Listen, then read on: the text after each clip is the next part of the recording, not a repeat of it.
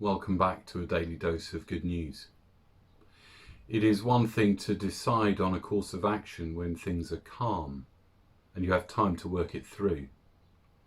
It is another to stick to it when all hell is breaking loose.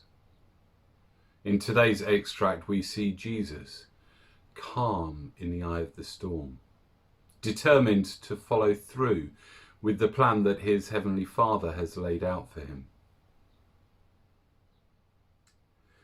The men who were guarding Jesus began mocking and beating him. They blindfolded him and demanded, "Prophesy, who hit you?" And they said many other insulting things to him. At daybreak, the council of the elders of the people, both the chief priests and the teachers of the law, met together, and Jesus was led before them. "If you are the Christ," they said, "tell us."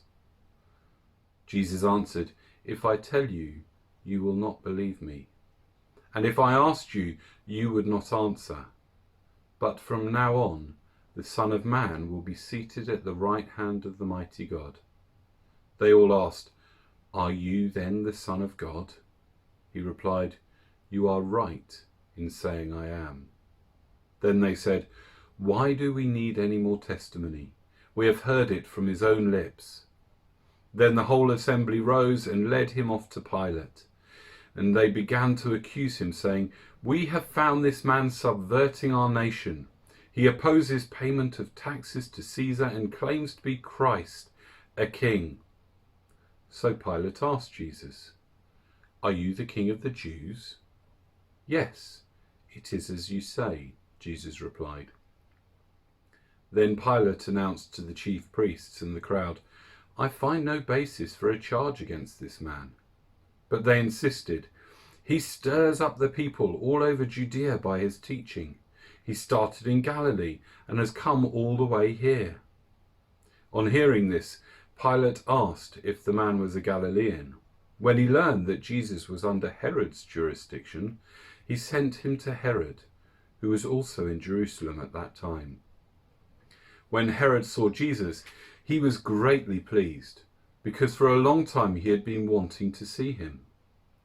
From what he had heard about him, he hoped to see him perform some miracle.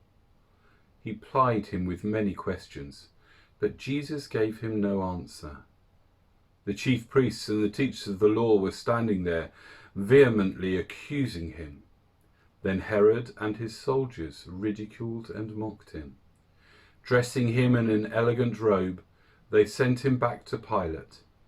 That day Herod and Pilate became friends. Before this, they had been enemies. Soldiers mock, laugh, abuse. Religious leaders parade, strut, and accuse. Roman authorities shrug their shoulders, make fun of, want their captive to dance to their tune.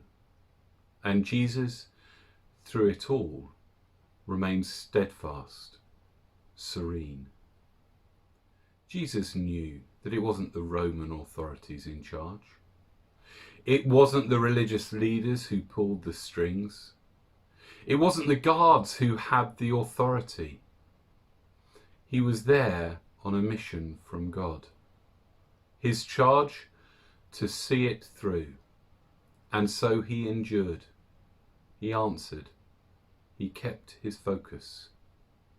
See you tomorrow.